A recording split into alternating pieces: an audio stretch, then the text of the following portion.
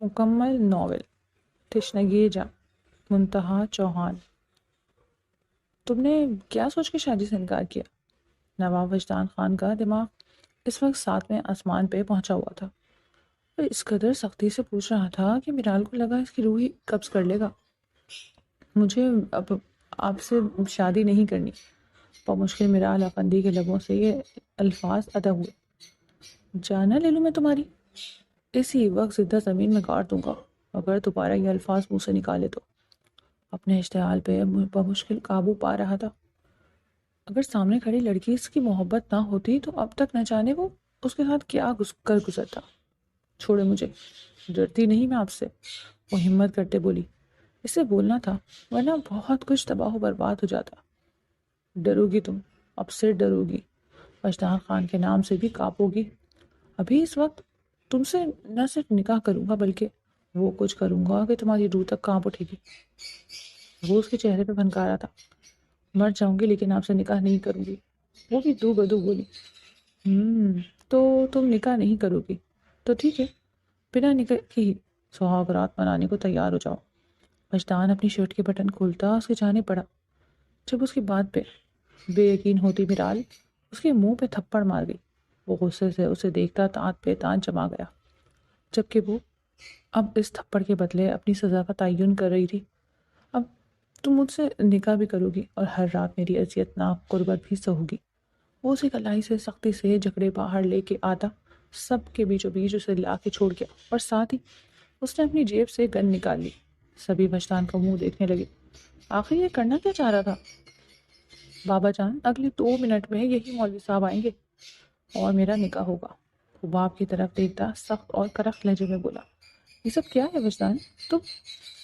کبیر صاحب کے ماتھے پہ انگنت بل پڑے کہ وجدان کی گن اپنی گن پٹی پہ جا ٹھہری۔ بیٹے کی اس حرکت پہ میرب کا دل دھک سے رہ گیا۔ وجی، وہ تڑپ کے آگے بڑھی کہ وہ ہاتھ اٹھاتے انہیں وہی ٹوک گیا۔ نہیں مما، دور رہیں ورنہ یہ گولی چل جائے گی۔ آپ یہ نکاح کروا رہے ہیں یا نہیں؟ وہ قطعی انداز میں بات سے پوچھ رہا تھا۔ تم غلط کر رہے ہو وجدان، وہ لڑکی تم سے نکاح کرنے سے انکار کر چکی ہے، اس لیے میں آخری بار پوچھ رہا ہوں، اس کے بعد نہیں پوچھوں گا۔ وہ ان کی بات کاٹتا قطعی انداز میں بولا۔ کیوں نہیں مان جاتے آپ لوگ؟ میرے بیٹے کی جان لے کے رہیں گے کیا؟ میرب اونچی آواز میں چلائی۔ آج تک کبھی انہوں نے اپنے شوہر یا سسرال میں سے کسی کے آگے زبان نہیں چلائی تھی، پر آج اپنے اکلوتے بیٹے کے لیے وہ پاگل ہو رہی تھی جو اپنی کن پٹی پہ کن رکھے کھڑا ان کی روح قبض کر رہا تھا۔ کبیر، اگر میرے بیٹے کو کچھ بھی ہوا میں آپ کو کبھی معاف نہیں کروں گی، یاد رکھیے گا۔ وہ شوہر کے پاس جاتے انہیں روتے ہوئے بولی۔ کبیر صاحب نے دانت پیستے بیٹے کو دیکھتے اپنے چھوٹے بھائی کی جانب مڑے۔ بلاؤ مولوی صاحب کو، کر دو اس کا نکاح اس لڑکی سے۔ مجھے نہیں کرنا نکاح۔ اچانک سے میرال کی آواز گونجی۔ میرب نے اسے اپنی جانب موڑا۔ میرا بچہ محبت کرتا ہے تم سے، دیوانگی کی حد تک عشق کرتا ہے تم سے، اور تم اسے موت کے منہ میں پہنچانا چاہتی ہو؟ وہ اسے جھنجھوڑتے ہوئے پوچھ رہی تھی۔ نہیں پھپھو، مجھے نہیں کرنا نکاح، پلیز سمجھے نا۔ وہ چاہتے منہ چھپا کے پھوٹ پھوٹ کے روتی۔ کیا سمجھوں؟ کل تک تم راضی تھی شادی کے لیے اور آج کیا تکلیف ہے تمہیں جو انکار کر رہی ہو؟ پھپھو چپ، اب آواز نہ آئے۔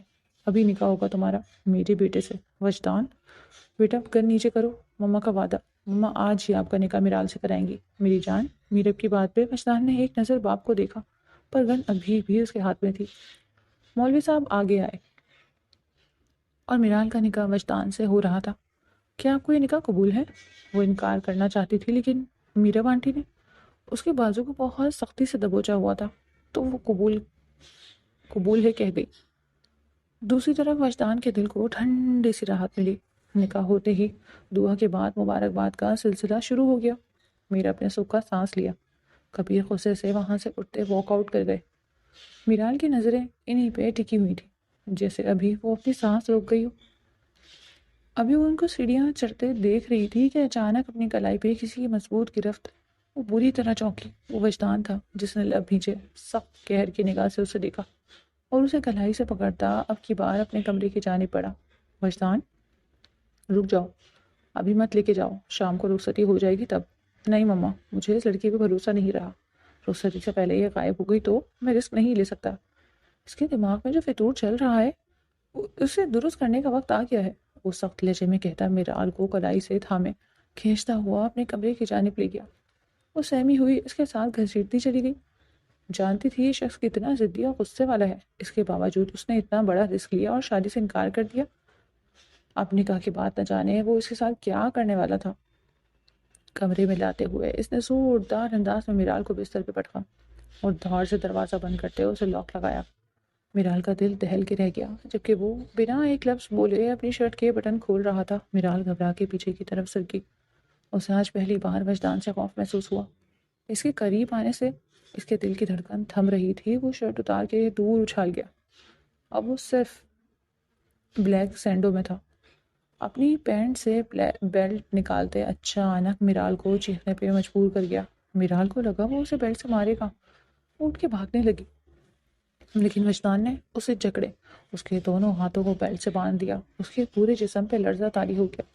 وہ اس کے ساتھ کیا کرنے والا تھا وہ ابھی تک سمجھ نہیں پا رہی تھی۔ تم نے میری سچی محبت کا مذاق اڑایا، میرے جذبے کے ساتھ کھیلا اور تمہیں لگتا ہے کہ تم مجھ سے بچ جاؤ گی؟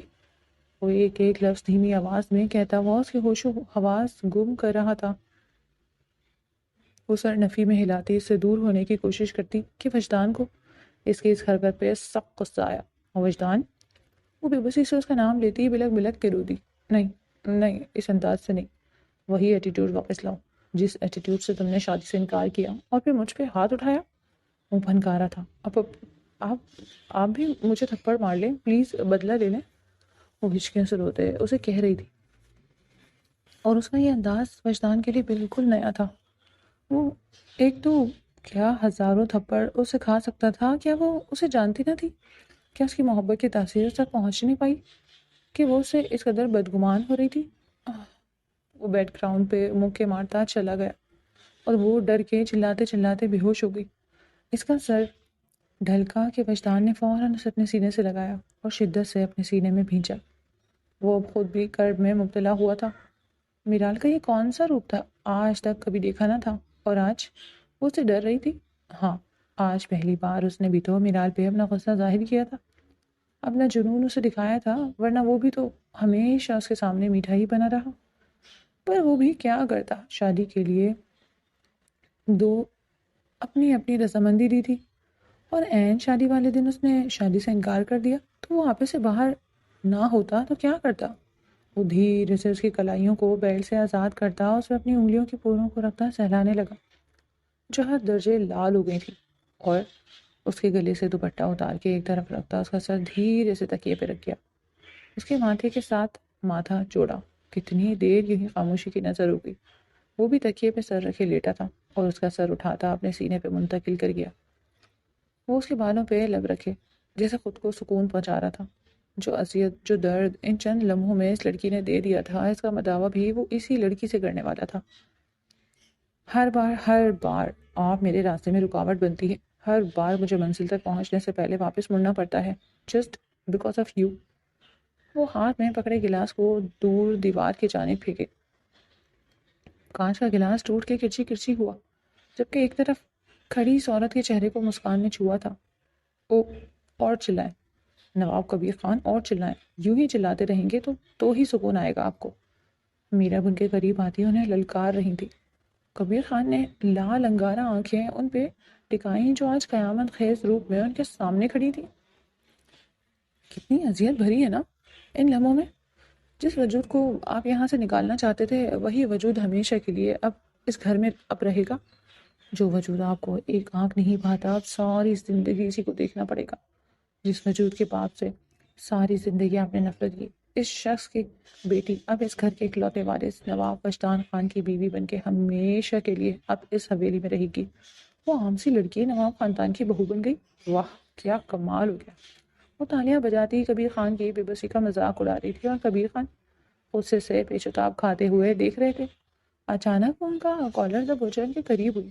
مسز، دور رہو مجھ سے، وہ جلتی آنکھوں سے انہیں وارن کر گئے۔ دور رہنے کے لیے تو آپ کے نکاح میں نہیں آئی تھی۔ وہ 1 انچ کے فاصلے پہ کھڑی ان کے حواسوں پہ چھانے لگی تھی، ایک ہلکی سی پھونک مارتے پیچھے ہٹنے لگی کہ ایک دم سے کبیر خان نے انہیں گھما کے واپس اپنے سینے سے لگایا کہ ان کی نرم گداز دھڑکنیں ان کی چٹانی سینے سے جا بجی۔ بہت بڑی گیم پلانر ہیں آپ۔ میرب کے چہرے آ رہی بالوں کے لٹے کو انگلی میں لپیٹ کے کان کے پیچھے اڑسا، جبکہ میرب کی دھڑکنیں اب سچ میں بری طرح دھڑکی تھی۔ لیکن مجھ سے جیت نہیں سکتی آپ مسز، جھٹکے سے موڑتے اب کی بار ان کے پشت کو اپنے سینے سے زور سے لگایا تو میرب کا دل دھک سے رہ گیا۔ وہ ہمیشہ ایسے ہی کرتے تھے، قریب لا کے دور کر دینا، یہ ان کا پرانا مشغلہ تھا۔ میرب کے لبوں کو ایک بار مسکان نے چھوا۔ میں جیت رہی ہوں نواب صاحب، اب جیت کا جشن منانا باقی ہے، اور جشن ہوگا، دھوم دھام سے ہوگا، جس دن آپ اور میں دادا دادی بنیں گے۔ ان کی جانب دیکھتے ایک بار پھر سے اپنے لفظوں سے ان کو تپا گئی۔ اس سے پہلے ہی وہ دونوں ایک دوسرے سے جدا ہو جائیں گے، یہ وعدہ ہے میرا۔ وہ جارحانہ انداز میں انہیں دونوں بازوؤں سے جھنجھوڑتے بولے، ان کے اس قدر سخت انداز پہ میرا ان کے ہاتھ کی گرفت اپنے بازوؤں پہ دیکھتی ہی پھر ان کی آنکھوں میں دیکھنے لگی۔ It's hurting. ان کی آنکھیں بھی نم ہوئیں اور لہجہ بھی۔ ایک دم سے کبیر خان نے انہیں چھوڑ دیا۔ دونوں ہی ایک دوسرے کو یکٹک دیکھے جا رہے تھے۔ کبیر خان غصہ اور ضد کا جتنا تیز تھا، میرب خان اتنی ہی نرم و نرم مزاج، لیکن ان کی چاہت کو نفرت میں بدلتے وقت نہیں لگا تھا۔ جب میرب کے بھائی نے کبیر خان کی بہن کا دل توڑتے کسی اور سے شادی کر لی تھی، وہ آج تک اس بےعزتی کا پھل نہیں پائے تھے۔ یہی وجہ تھی کہ وہ میرال کا وجود اس گھر میں برداشت نہیں کر پا رہے تھے، اور ان کی بیوی کو وہ لڑکی اپنے پاس ہی چاہیے تھی، کیونکہ ان کے بھائی اور بھابھی کا کار ایکسیڈنٹ ہونے کے بعد میرال کی ذمہ داری انہوں نے اپنے سر لے لی تھی۔ پر پچھلے 10 سال سے یہ سرد جنگ جاری تھی۔ تب میرال صرف 9 سال کی تھی اور وہ اس گھر میں آ گئی، اور اب ان کے بیٹے کی زندگی میں صرف ان کی بیوی میرب کی وجہ سے، لیکن وہ اب بھی ہار نہیں مان رہے تھے۔ حالانکہ ان کی بیوی نے ان کی ہر چال ان پہ الٹ دی، پھر بھی وہ ڈٹ کے کھڑے تھے، کیونکہ نواب کبیر خان نے ہارنا تو سیکھا ہی نہیں تھا۔ میرب نے اپنا رخ پھیر لیا۔ وہ وقت دور نہیں جب آپ کے بھائی کی بیٹی کو اس حویلی سے نکال باہر کیا جائے گا، اور خود یہ کام وجدان کرے گا۔ کبیر خان کی بات پہ میرم کے چاہتے قدم تھمے۔ اور اس دن آپ اور آپ کا بیٹا مجھے اپنے مقابل پائیں گے۔ میرم نے سخت انداز اپنایا اور پھر وہاں سے باہر نکل گئی۔ کبیر خان نے ٹیبل پہ پڑے باز کو زور سے دیوار پہ مارا۔ مما، آپ نے کہا تھا وجدان صرف میرا ہوگا، لیکن اس نے تو میرال سے نکاح کر لیا اور اب سہاگرات بھی بنا رہا ہے، نور نے منہ بناتے ہوئے کہا تو مسز نوشین نے ماتھا پیٹ لیا۔ لڑکی، ہوش کے ناخن لو، کیا بولے جا رہی ہو؟ کوئی شرم لحاظ ہے یا نہیں؟ سب پیچ کھائیے۔ مما، مجھے نہیں پتا، مجھے شادی کرنی ہے، وہ بچوں کی طرح ضدی انداز میں بولی۔ بولا ہے تمہارے ماموں نے کہ وہ رشتہ زیادہ عرصے نہیں چلنے دیں گے، بس تھوڑا صبر کرو، یہ سب خود ہی ختم ہو جائے گا۔ نوشین نے اسے تسلی دی۔ ایسے کیسے کر لوں یقین؟ ماموں نے تو یہ بھی کہا تھا کہ وہ شادی ہی نہیں ہونے دیں گے، تو ہو گئی نا، اور پھر رخصتی کروا کے وہ آپ کا بھتیجا اس کو اپنے کمرے میں لے گیا۔ اب دیکھنا 9 ماہ بعد بچہ بھی۔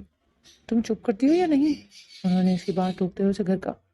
بس بنا پٹری کے تمہاری گاڑی چلتی جا رہی ہے، خبردار اب کوئی بکواس کی تو یہ جو ہے نا نیحان خان، اس سے تمہاری شادی کر کے تو میں رخصت کر دوں گی۔ انہوں نے اس کی دکھتی رت پہ ہاتھ رکھا۔ نیحان خان اس کے چھوٹے ماموں کا بیٹا تھا۔ کارٹ میں وہ وجدان کے ہو بہو ہی تھا، لیکن وجدان جتنا پولائٹ تھا، نیحان خان اتنا ہی غصیلا، ناک چڑھا اور لڑکیوں کو 100 فٹ کے فاصلے پہ رکھنے والا، جبکہ نور کو تو رومانٹک بندہ چاہیے تھا اپنی لائف میں۔ وہ رو رہی تھی، منہ بنا رہی تھی، جب تھی بھی صرف 18 کی، شادی کی آگ لگی ہوئی تھی۔ دھیرے سے میرال کی آنکھ کھلی تو اسے اپنا سر بھاری بھاری ہوتا محسوس ہوا۔ آنکھیں بھی بمشکل ہی کھل رہی تھیں۔ آواز جاگے تو اپنے کمرے میں کسی کے ہاتھ کا باؤ محسوس کرتے اس کا دل پھر سے زور سے دھڑکا۔ سارے حواس ایک بار پھر سے جاگ اٹھے۔ گزرے پل کے لمحات کو یاد کرتے ہوئے میرال کا جسم دھیرے دھیرے کانپنے لگا۔ پاس گہری نیند سوئے وجدان کو ایک نظر دیکھا اور اپنا سانس روک گئی تاکہ وہ جاگ نہ جائے۔ وہ اسے اپنی باہوں کے حلقے میں لیے ہوئے مکمل طور پر قابو کیے ہوئے تھا کہ اس کی گرفت میں میرال ہل بھی نہیں پا رہی تھی۔ دھیرے سے اس کا ہاتھ اپنی کمر سے ہٹانا چاہا، جو اچھا خاصا وزنی تھا، لیکن ناکام ٹھہری۔ وجدان نے نیند میں ہی اسے مزید اپنے شکنجے میں لیا تو وہ بالکل ساکت ہو گئی۔ اسی پل وجدان کی آنکھ کھل گئی۔ اس نے اپنا چہرہ میرال کی گردن میں باہر نکالتے اور سب نے سامنے کیا تو میرال اس کی لال انگارہ آنکھوں کو دیکھتے اپنی آنکھیں سختی سے میچ گئی۔ کاش اس دل میں تم نہ ہوتی تو تمہیں وہ سزا دیتا کہ تم ساری زندگی یاد۔ وہ ابھی اپنی بات مکمل کرتا کہ میرال نے سہم کے ایک دم سے اسے اپنے لب اس کے ہونٹوں پہ دھرے۔ وجدان تو چپ ہو گیا۔ اس کی اس قدر بے باک حرکت پہ تو وجدان کی آنکھیں حیرت سے پھیل گئی۔ شاید وہ اپنے اس چھوٹے سے عمل سے وجدان کا غصہ شانت کرنے کی کوشش کر رہی تھی، اور وہ ہو بھی رہا تھا۔ وہ پیچھے ہٹنے لگی کہ وجدان نے اسے واپس کھینچ کے اپنے سینے سے لگاتے اس کے لبوں پہ شدت کی دسترس جمائی کہ میرال کا سانس ہی حلق میں اٹک کے رہ گیا۔ وہ جھٹپٹاتی رہ گئی، لیکن وجدان اس پہ رحم نہ آیا۔ وہ اپنا سارا غصہ اس کے نازک گلاب سے پنکھڑیوں پہ اتارتا انہیں لال انگارا کر گیا۔ اس کی دونوں کلائیوں کو جکڑے وہ اس پہ سایہ فگن ہوا۔ کیا چاہتی ہو؟ مر جاؤں یا تمہیں مار دوں؟ اس کے ماتھے کے ساتھ ماتھا جوڑے وہ گہرے سانس بھرتا ہوا قلب سے بولا، واپس پہلے جیسے وجدان بن جائے۔ اس نے کہا بھی تو کیا؟ وجدان ایک دم اس کے اوپر سے ہٹتا تکیے پہ سر گرا گیا۔ تم بہت ظالم ہو میرال، میری روح تک کو تم نے زخمی کر دیا ہے۔ جی چاہتا ہے آج ہی تم سے اپنے سارے حق وصول کر لوں، لیکن نہیں۔ وہ ایک دم بستر چھوڑ گیا۔ میرال نے دل تھام کر اسے دیکھا جو اس سے دور جا رہا تھا۔ اب تم تڑپو گی میری قربت کے لیے، میری چاہت کے لیے، لیکن اب نہ خود تمہارے پاس آؤں گا اور نہ تمہیں اپنے پاس آنے دوں گا۔ نکاح میری ضد بن گیا تھا، میں یہ کر گزرا، لیکن اب اس سے زیادہ کچھ نہیں۔ وہ پلٹ کے باتھ روم میں گھس گیا۔ میرال بستر سے اٹھ بیٹھی۔ کبیر خان؟ ہاں، وہ نہیں چاہتے تھے کہ یہ نکاح ہو، پر اس کے پیچھے کیا وجہ ہے؟ وجدان نے وہ وجہ جاننے کی کوشش نہیں کی، صرف اسے سزا سنا کر چلا گیا۔ اس نکاح کو کر کے تو وہ خسارے میں ہی رہی۔ اپنا چہرہ دونوں ہاتھوں میں چھپا کے وہ پھوٹ پھوٹ کر رو دی۔ اب جب کہ نکاح ہو ہی چکا تھا اور وجدان میرال کے اپنے کمرے میں لے گیا، اس کے بعد اب کسی رخصتی کی گنجائش تو بچتی نہیں تھی، اس لیے وہیں میرا رضامندی سے ولیمے کا انتظام کیا گیا۔ بظاہر تو کبیر خان سب کچھ سنجیدگی سے سر انجام دے رہے تھے، لیکن ان کے اندر ایک الاؤ دھک رہا تھا جس کی خبر صرف ان کی بیوی کو ہی تھی، کیونکہ وہ جانتی تھی کہ جس قدر کبیر خان خاموش ہے، یقیناً اس کے پیچھے ایک بہت بڑا طوفان آنے والا ہے۔ اور میرب خان کی حد درجہ کوشش تھی کہ میرال اور وجدان جلد از جلد ایک ہو جائیں، کیونکہ آج ولیمے کے دن اسٹیج پر بیٹھے ہوئے انہیں کہیں سے بھی یہ محسوس نہیں ہو رہا تھا کہ وہ دونوں ایک ہو چکے ہیں۔ دونوں کے چہرے پہ کرب اور حسیت تھی، جس کا مطلب یہی تھا کہ وہ ایک دوسرے کے قریب ہو کر بھی میلوں دور تھے۔ اس پل میرب کی نگاہیں اپنے شوہر سے ٹکرائیں، ان کی نگاہوں میں جیت کی سی سرشاری تھی۔ ہاں، وہ ہار کر بھی جیت گئے تھے اور میرب انہیں جیتتا ہوا نہیں دیکھ سکتی تھی، لیکن میرب وہ ان دونوں کو کسی صورت الگ نہیں ہونے دے سکتی تھی، وہ بھی کبیر خان کی ایک جھوٹی ضد اور انا کے پیچھے۔ نشین کو انتہائی غصہ آیا ہوا تھا۔ اس نے میرب سے بدلہ لینے کے لیے اس کی ڈرنک میں نشہ اور دوا ڈال دی تاکہ وہ نشے میں آ کے اوٹ پٹانگ حرکتیں کرے اور اس کی بے عزتی ہو۔ سافٹ ڈرنک کو پیتے ہی ان کا دماغ پوری طرح جھنجھنا اٹھا۔ انہیں لگا پوری بلڈنگ دائیں بائیں جھول رہی ہے اور وہ خود گول گول چکر لگاتی سب طرف دیکھتی ہنس رہی تھی۔ اوف، لگتا ہے دوا کام کر گئی۔ نوشین خوشی سے چہک اٹھی، جبکہ وہ جس طرح کھڑی تھی اس طرف لوگ کم ہی تھے۔ اسٹیج کے دائیں طرف موجود وہ اس وقت ہنسے چلے جا رہی تھی۔ کبیر خان کی نظر سے وہ ایک پل کو بھی اوجھل نہیں ہوئی تھی، اور ان کی یہ حرکت دیکھتے ہوئے وہ فوراً ان کی جانب بڑھے اور انہیں کلائی سے تھامے اپنے مقابل کھڑا کیا جو مسکرائے چلی جا رہی تھی۔ کیا حرکت ہے یہ؟ بیٹے کے ولیمے کی اتنی خوشی ہو رہی کہ آپ نے ناچنا شروع کر دیا؟ وہ تپے تپے انداز میں غرائے۔ آپ مجھے دو دو کیوں دکھائی دے رہے ہیں؟ ایک مجھ سے سہے نہیں جاتے، دو دو نواب خان کیسے سہن کر لوں؟ ان کی بہکی بہکی باتیں سنتے کبیر خان پل میں اندازہ لگا گئے کہ انہوں نے کچھ غلط ہی لیا ہے۔ نوشین فوراً وہاں سے غائب ہوئی۔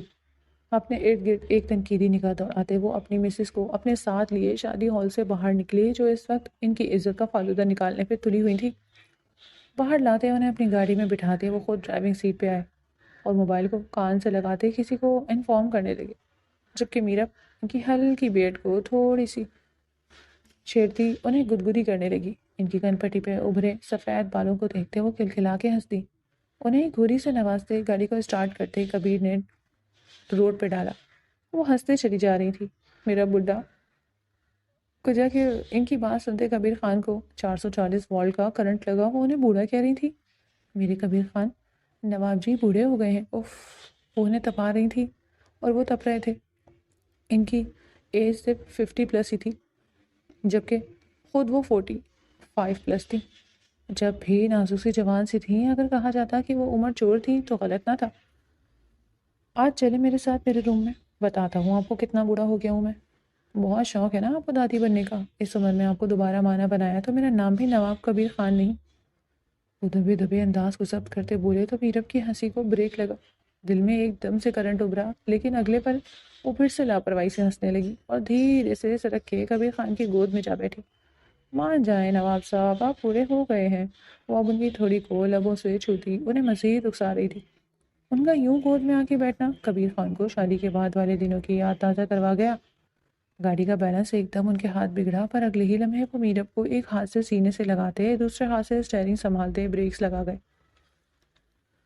ہوش میں آئے میرب بیگم، ورنہ ایسے ہوش ٹھکانے لگاؤں گا کہ ساری زندگی ہوش گنوا نہیں سکیں گی، وہ تانس کھچاتے بولی، جبکہ وہ مزے سے ان کے سینے پہ سر رکھے آنکھیں موند گئی۔ وجدان پلیز ایک بار میری بات تو سن لیں، پھر جو چاہے سزا دے دیجیے گا۔ وہ کمرے میں آتے ہی اپنا ڈریس چینج کرتے، کیجول ڈریس پہنے تیار ہوتا، شیشے کے آگے کھڑا ہوتا، اپنے بالوں کو سنوار رہا تھا۔ میرال فوراً اٹھتے اپنے بھاری بھرکم میکسی سنبھالے اس کے پاس آئی، پر وہ اگنور کر گیا۔ آپ مجھے اگنور نہیں کر سکتے مسٹر خان، وہ اسے ایک دم جیکٹ کے کالر سے دبوچ گئی۔ اس کی اتنی ہمت پہ وجدان اسے دل ہی دل میں داد دیتا رہ گیا۔ کل تک سہمی ہوئی چڑیا بنی ہوئی تھی اور اب جنگلی بلیوں کی طرح اس پہ جھپٹ رہی تھی۔ آپ کہاں جا رہے ہیں؟ وہ چاہ کے بھی اپنا لہجہ نم ہونے سے نہ روک سکی۔ شوہر والے حقوق جتائے نہیں تم پہ میں نے؟ وہ بیوی کی حیثیت سے سوال کر رہی تھی۔ بیوی کی حیثیت سے سوال کر رہی ہوں؟ وہ بھی بنا پلک چپکے اس کی آنکھوں میں آنکھیں ڈالے پوچھ رہا تھا۔ تو جتا لیں کس نے روکا ہے، لیکن مجھ سے یوں دور جانے کی اجازت نہیں دوں گی۔ وہ اسے کالر سے پکڑے ہوئے جھٹکے سے اپنی جانب کھینچ گئی۔ دونوں کے چہروں میں انچ بھر کا فاصلہ رہ گیا۔ مجھے روک کر اپنی ننھی سی جان پہ ظلم کرو گی، سب سہ لوں گی، لیکن آپ کو کہیں جانے نہیں دوں گی۔ وہ بھی بضد ہوئی۔ کل ایک کس تک تو تم سے سہن نہیں کر پائی، اور دعوے اتنے بڑے؟ وہ سر جھٹکتے اس کے ہاتھوں سے اپنا جیکٹ کا کالر کو چھڑاتا بولا کہ اس کی بات پہ میرال نے اسے زور سے جھٹکا دیتے ذرا سا اسے جھکاتے خود پنجوں کے بل اوپر ہوتے اس کے لبوں کو اپنے لبوں سے زور سے جکڑا۔ وجدان نے صاف اندازہ لگایا وہ اس کام میں اناڑی تھی، اسے جارحانہ کس کرنی نہیں آتی تھی، پھر بھی وہ اسے راضی کرنے کے لیے کوشش کر رہی تھی۔ اس کا غصہ شانت ہو رہا تھا، لیکن اس کے جذبات جاگ رہے تھے، اور ان جذباتوں کو وہ نازک سی جان ہوا دیتی ہی اپنے پیروں پہ کلہاڑی مار چکی تھی۔ وجدان نے جھٹکے سے اس کے کمر میں ہاتھ ڈالے، اسے زمین سے تھوڑا سا اوپر اٹھایا اور گھومتے ہوئے اس کے لبوں کو شدت سے اپنے ہونٹوں میں دبا لیا۔ اس اچانک افطار پہ تو میرال کا منہ کھلا کا کھلا رہ گیا۔ وہ اسے گھماتے ہی بستر سے لے کے آتا، اسے گراتا، خود بھی اس پہ گرا، پر اس کے لبوں کو ایک پل کو بھی آزادی نہیں بخشی تھی۔ اس کا جسم بے جان محسوس کرتا۔ وہ پیچھے ہٹا تو گہرا سانس بھرنے لگی۔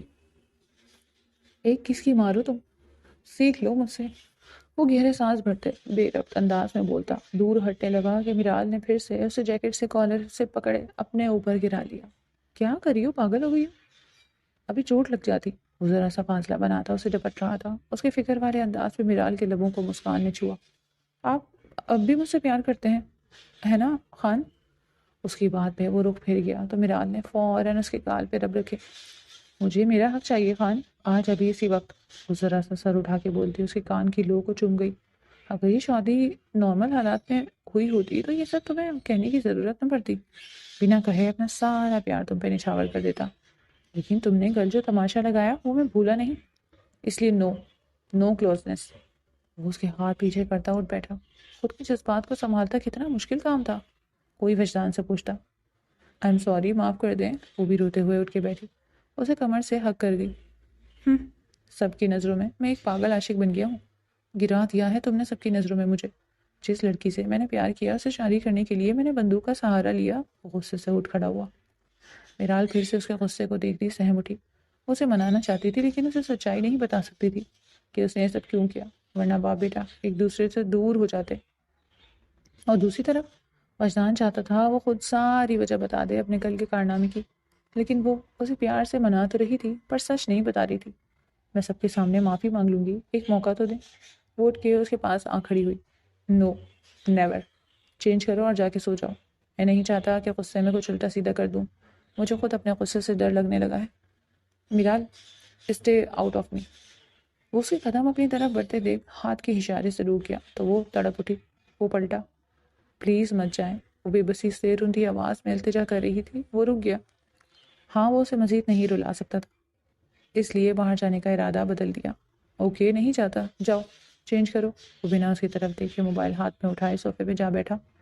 میرال اپنے آنسو پوچھتی ڈریسنگ روم کی جانب پڑ گئی، اپنی ہیوی میکسی کو اتار کے ایک طرف رکھا اور سلک کی نائٹ گاؤن پہن لیا۔ میک اپ اور جولری ریموو کرتے جلدی سے باہر آئی۔ اسے ڈر تھا کہ کہیں وجدان چلا ہی نہ جائے، پر وہ روم میں ہی تھا۔ اسے دیکھتے میرال نے گہرا سانس بھرا۔ وہ صوفے پہ آڑا ترچھا لیٹا ماتھے پہ بازو رکھے ہوئے تھا۔ اس کی اس طرح سونے پہ میرال کو بے چینی ہوئی۔ وجی خان، وہ دھیرے سے اس کے پاس جاتے اسے پکار اٹھی۔ بنا دیکھے ہی جواب آیا۔ پلیز بیڈ پہ چلیں، آرام سے سو جائیں، ایسے تھک جائیں گے۔ وہ منمنائی۔ تم جاؤ، سو جاؤ، مجھے جب آنا ہوگا آ جاؤں گا۔ وہ ابھی بھی بنا دیکھے ہی بولا تھا۔ وہ سب کے باوجود چہرہ چھپا کے پھوٹ پھوٹ کے رو دی۔ اب کیا مسئلہ ہے، کیوں رو رہی ہو؟ وہ اسے چاہتے اٹھ بیٹھا۔ اس کو محرون کلر کی نائٹ گاؤن میں دیکھتے وجدان کی ایک ہارٹ بیٹ مس ہوئی۔ پلیز مجھے اگنور مت کریں، آپ کا یہ سرد رویہ میری جان لے لے گا، مجھ سے نہیں سہا جا رہا۔ وہ ہچکیوں سے روتے ہوئے بولی، میری شدتوں کو بھی نہیں سہ سکو گی مسز خان؟ وہ اسے جھٹکے سے اپنی گود میں بٹھاتا اس کے آنسو پوچھنے لگا۔ سب سہ لو گی، بس آپ راضی ہو جائیں۔ وہ اس کے گلے کے گرد باہیں حمائل کرتے سوں سوں کرتے بولی، پھر ایک بات کا جواب دو۔ وہ بالکل سنجیدہ اسے دیکھ رہا تھا۔ آؤچ، دیکھ کے نہیں چل سکتے؟ سانڈ کی طرح نکل پڑے۔ نور کے باقی کے الفاظ منہ میں ہی رہ گئے۔ سامنے نیہان خان کو دیکھا جو اسے سخت گھوری سے نواز رہا تھا۔ تم سامنے دیکھ کے نہیں چل سکتی، نیچے کیا دیکھ رہی تھی؟ وہ بھی دانت کچکچا کے بولا، وہ میرے پیسے گر گئے تھے، وہی ڈھونڈ رہی تھی، مدد کریں گے؟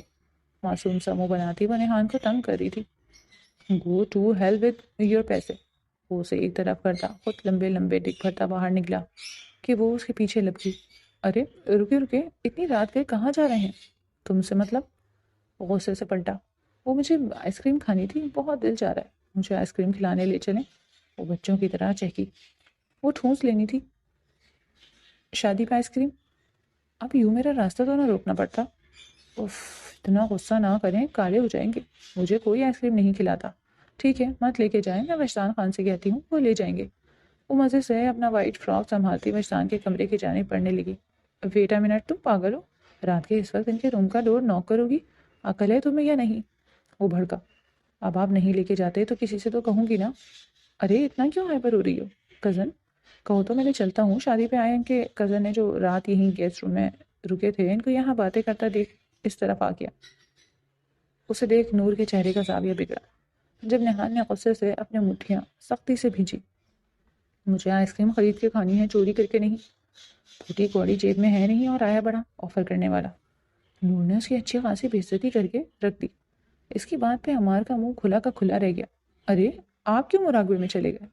چل رہے ہیں آئس کریم کھلائیں یا گاڑی میں بیٹھو؟ وہ سنجیدگی سے بولا تو نور اپنی جیت پہ ڈھیر سارا خوش ہوئی۔ اس کے بیٹھتے وہ عمار کی جانب پڑا۔ اپنی گندی نظریں اور گندے ارادے لے کے یہاں سے دفع ہو جا، ورنہ اتنا ماروں گا کہ دوبارہ نوابوں کی حویلی آنے کا 100 بار سوچو گے۔ اسے کالر سے تھامتے وہ سرد لہجے میں غرایا۔ عمار سر پٹا کے وہاں سے اپنے روم کی جانب پڑ گیا، جبکہ وہ ڈرائیونگ سیٹ پہ آ کے بیٹھتا سیٹ بیلٹ لگانے لگا۔ سیٹ بیلٹ لگاؤ، اسے بھی آرڈر دیا۔ کہاں ہے؟ مجھے نہیں لگانی آتی۔ وہ منہ پھلا کے بولی، بس آئس کریم کھانی آتی ہے۔ وہ چڑھتا ہوا ذرا سا آگے ہوتا اس کی سیٹ بیلٹ باندھنے لگا، جبکہ اس کے اس قدر قریب آ کے دور ہونے پہ نور کا تو معلوم سانس ہی رک گیا۔ اس قدر پیارا مومنٹ تھا، وہ دل سے محسوس کرتی مسکرائی۔ خوبصورت تو یہ بھی ہے، بس ذرا سا مسکان دے دیں تو وجدان خان کے مقابلے میں آ جانا یہ بندہ۔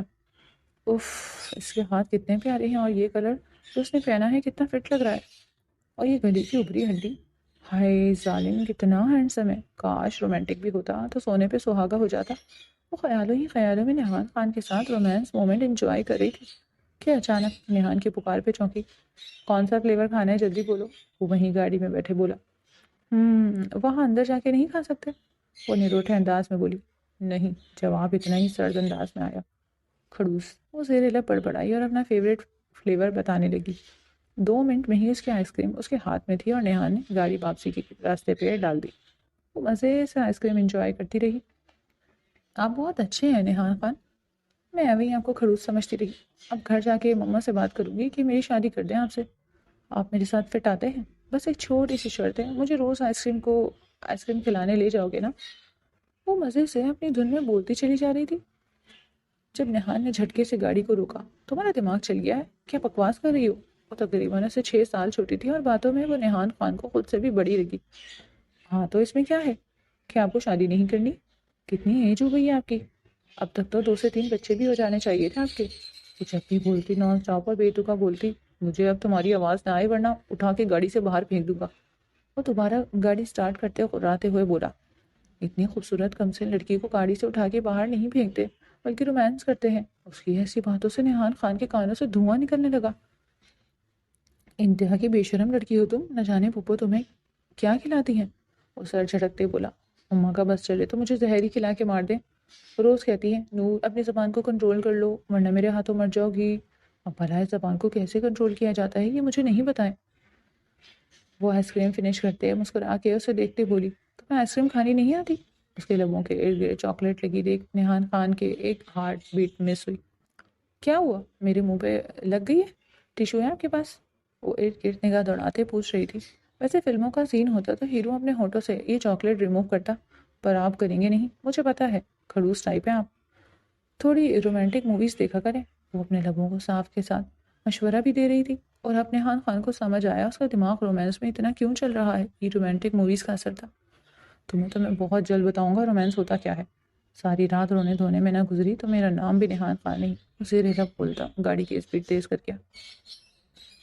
کبیر خان میرب کو لیے اپنے کمرے میں آئے، ورنہ ایک ہی گھر میں رہتے ہوئے وہ ناراضگی میں الگ الگ روم یوز کر رہے تھے۔ ان کی دوری کے بارے میں سب جانتے تھے، پر آج کبیر خان انہیں اکیلا چھوڑنے کا رسک نہیں لے سکتے تھے۔ انہیں کمرے میں لاتے، بستر پہ بٹھاتے، خود باتھ روم کی جانب باتھ ٹب کو پانی سے بھر دیں تاکہ اس بندی کا نشہ تو اتار سکیں۔ واپس روم میں آئے تو وہ اپنی میکسی کے ساتھ الجھی ہوئی تھی۔ ہاف میکسی تو وہ زپ کھولے نیچے اتار چکی تھی، باقی کی زپ اٹکنے سے پھنس گئی۔ اتنے عرصے بعد بیوی کا یہ روپ دیکھتے کبیر خان کا دل بری طرح پھسلا۔ نواب صاحب دیکھیں نا، یہ اٹک ہی گئی ہے، کھل ہی نہیں رہی۔ اپنی دودھیاں شفاف کمر کو ان کی جانب موڑتے وہ بچوں کی طرح الجھ کے بولی۔ تو کبیر صاحب کی یہی بس ہوئی۔ انہیں اپنی گود میں بھرتے وہ باتھ روم لاتے، باتھ ٹب میں گرا گئے، چہرے تک وہ پانی میں ڈوب گئی۔ گہرا سانس بھرتے وہ واپس اوپر ہوئی کہ کبیر خان نے اپنا کوٹ اتار کے دور اچھالا۔ ٹائی کی نوٹ ڈھیلی کرتے وہ بھی اتار گئے۔ اپنی وائٹ شرٹ کے اوپری 2 بٹن کھولتے وہ خود بھی باتھ ٹب میں آتے، میرب کو گردن سے ہولڈ کرتے واپس پانی میں ڈبکی لگوا گئے۔ میرب کا تو سانس ہی سینے میں اٹک گیا۔ دھیرے دھیرے نشہ ان کے سر سے اترنے لگا تھا۔ وہ کھانستے ہوئے پیچھے باتھ ٹب سے جا لگی۔ سامنے اپنے شوہر کو دیکھتے وہ اپنی حالت بھی دیکھ چکی تھی۔ اب انتہا کی شرمندگی ہو رہی تھی۔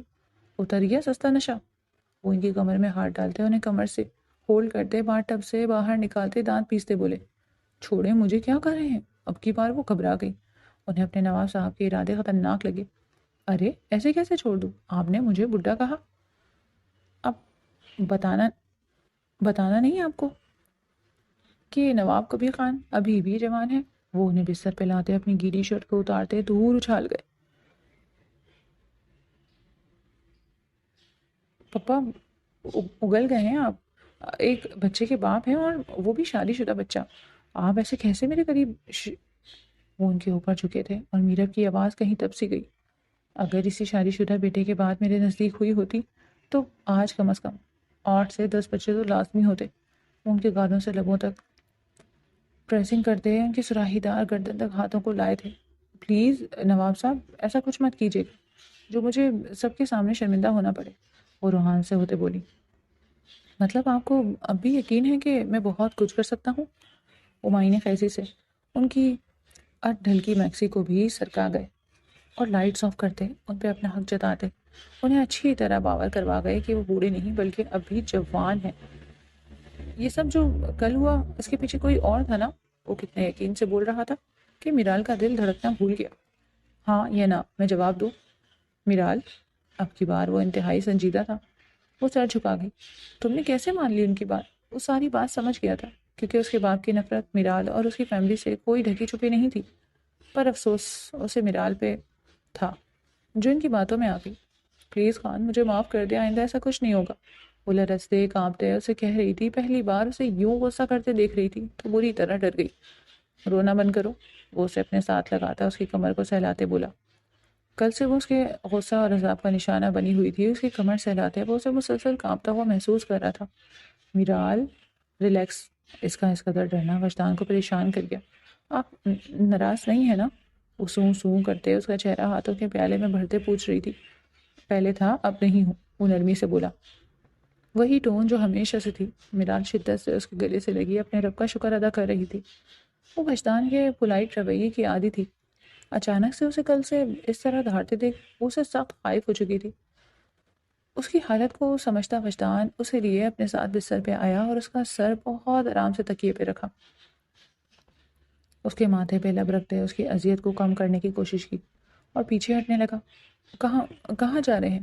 اس نے بے ربط ہوتے لہجے میں پوچھا. کہیں نہیں، یہی ہوں تمہارے پاس. وہ جو باپ کے پاس جا کے بات کرنے کا ارادہ کر رہا تھا، میرال کے سہمے پن کو دیکھتے وہیں اس کے پاس رک گیا اور اس کے ساتھ لیٹتا اس کے بالوں میں انگلیاں چلانے لگا. اس کے سینے پہ سر رکھتے آنکھیں مون گئی. آنسو پھر سے بہہ نکلے. اس نے اسے معاف نہیں کیا تھا. اگر کیا ہوتا تو اس کے نزدیک آتا، اس سے اپنا حق لیتا، پر وہ ایسا کچھ نہیں کر رہا تھا. اس بات کا احساس میرال کو شدت سے ہو رہا تھا. اب کیوں رو رہی ہو؟ اس کے آنسوؤں سے اپنی شرٹ کو بھیگتا محسوس کرتے وہ بے چین ہوا تھا. آپ نے مجھے معاف نہیں کیا، سوں سوں کرتے بولی. کر دیا ہے یار، کیوں اتنی سوچتی ہو؟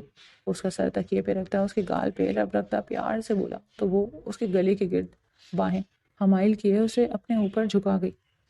نہیں کیا، وہ گہری نگاہوں سے دیکھتے بولی.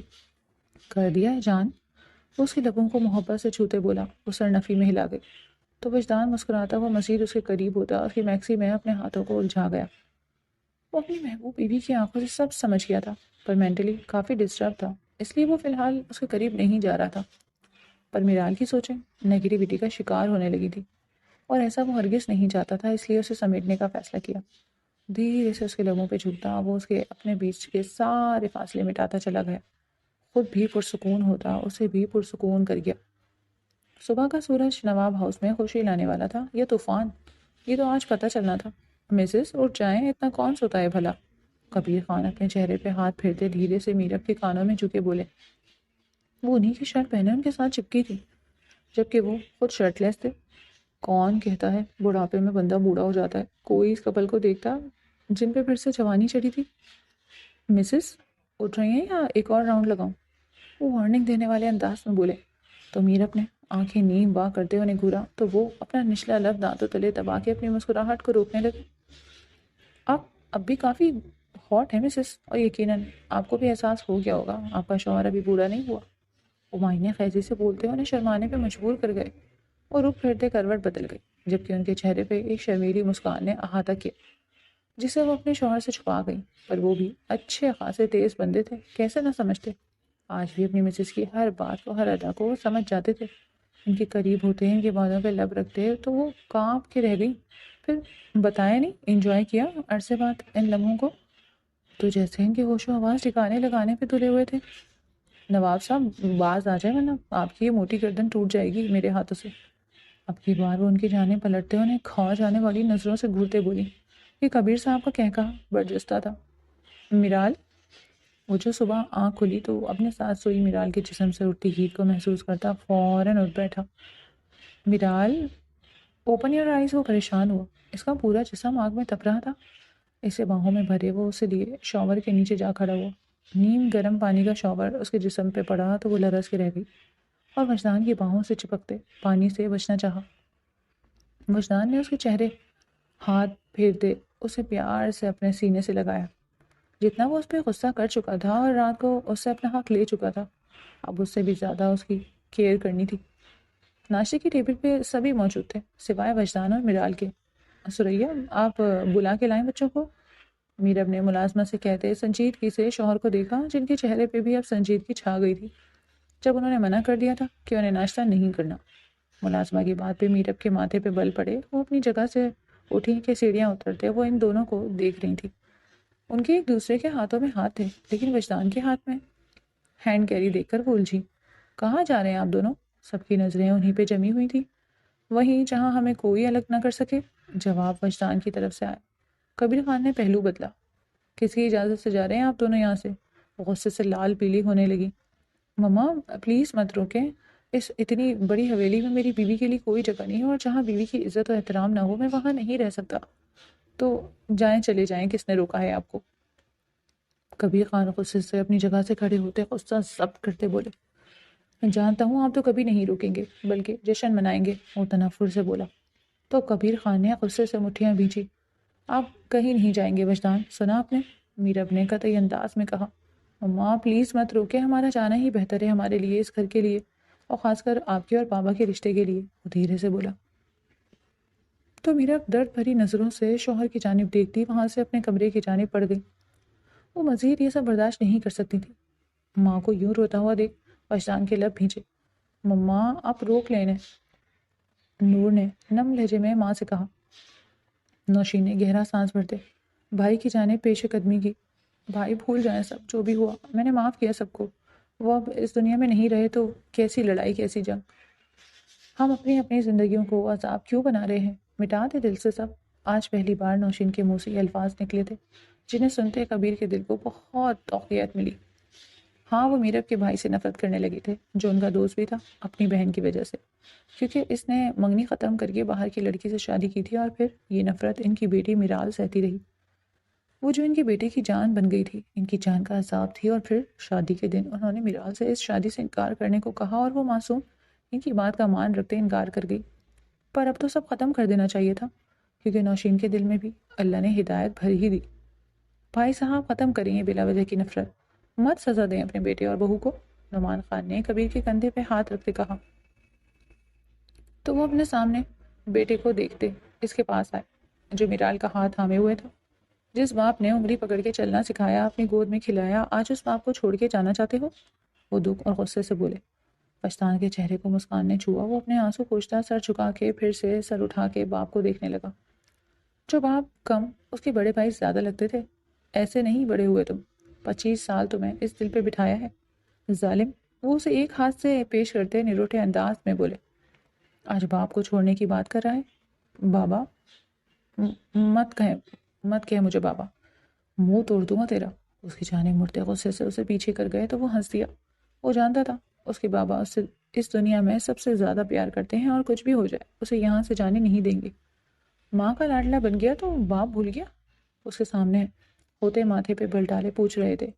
باپ کو کہاں بھولا، آپ تو میرے بابا لگتے ہی نہیں، ابھی بھی جوان ہی ہیں۔ وہ ان کو چھیڑنے لگا، مسکراتا ان کا ہاتھ تھام گیا تو کبیر نے آگے بڑھ کے اپنے بیٹے کو سینے سے لگا لیا۔ میرال کی آنکھوں میں شکر کے آنسو بہ نکلے۔ واہ، یہ لڑائی کے بعد کا ملن کتنا مزیدار ہوتا ہے۔ مما لگے ہاتھ نعمان ماموں سے میری شادی کی بات کرو نا۔ نور ماں کے کانوں میں خوشی منمنائی تو ان کا جی چاہا اس لڑکی کو سب کے سامنے رکھ کے ایک لگائیں، جس کی شرم و حیا گھاس چڑھنے چلی گئی تھی۔ آئندہ کبھی باپ کو چھوڑ کے جانے کی بات کی تو منہ توڑ دوں گا تمہارا۔ وہ اس کو پیار سے چہرے پہ پنچ مارتے مسکرا کے بولے۔ رخ پھیرتے میرال کو دیکھا جو اپنے آنسو پوچھ رہی تھی، آگے بڑھ کر اس کے سر پہ شفقت بھرا ہاتھ رکھا تو وہ روتے ان کے سینے سے لگی۔ عرصے سے وہ اس شخص کی شفقت کا انتظار کر رہی تھی، آج ملی تو بری طرح رو دی۔ بس کر دیں میرا پی، ورنہ سونامی آ جانا ہے۔ نور نے مسکراتے ہوئے لقمہ دیا تو سبھی مسکرا دیا۔ نوشین اب تم لگے ہاتھ ہماری امانت ہمیں دے دو، نور میرے نہان کی ہے، اس کو ہمیں سونپ دو۔ یاسمین نے نور کو پیار کرتے کہا تو نور کی تو پانچیں کھل اٹھی۔ امانت؟ نوشین حیران ہوئی، جبکہ پانی پیتے نہان کو بھی اچھو لگا۔ یہ مینٹل پیس میرے حصے میں آنا تھا؟